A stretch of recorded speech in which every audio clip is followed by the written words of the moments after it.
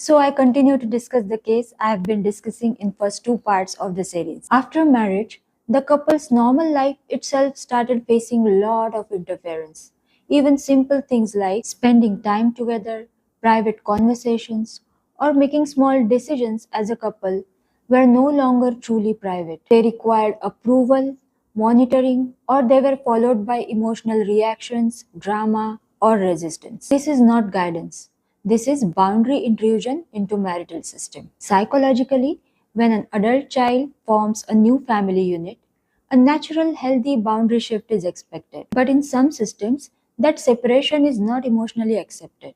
So the couple space gets treated as an extension to the parental control rather than an independent unit. In this case, there was something more parallelly going on by mother-in-law.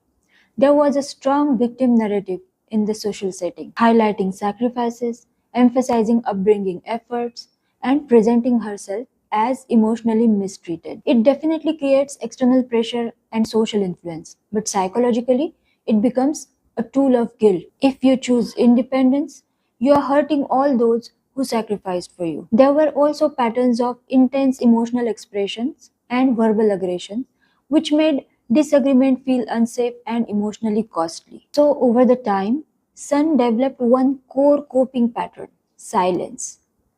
But after marriage, he slowly began expressing himself to his wife.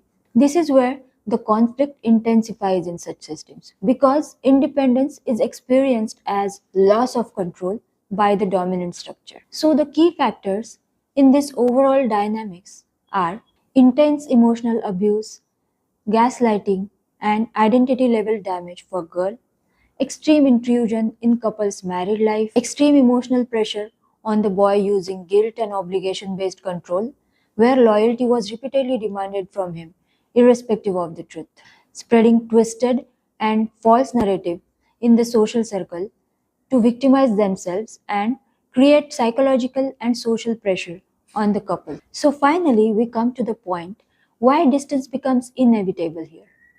Distance in such dynamics is not emotional punishment. It becomes a protective boundary mechanism. Because when privacy is consistently violated, guilt is used as emotional control, emotional reactions escalate during normal boundaries, and the couple's identity is not allowed to function independently. Then the relationship system here becomes emotionally unsustainable. At that point, maintaining closeness means constant emotional negotiation, constant justification, constant psychological pressure.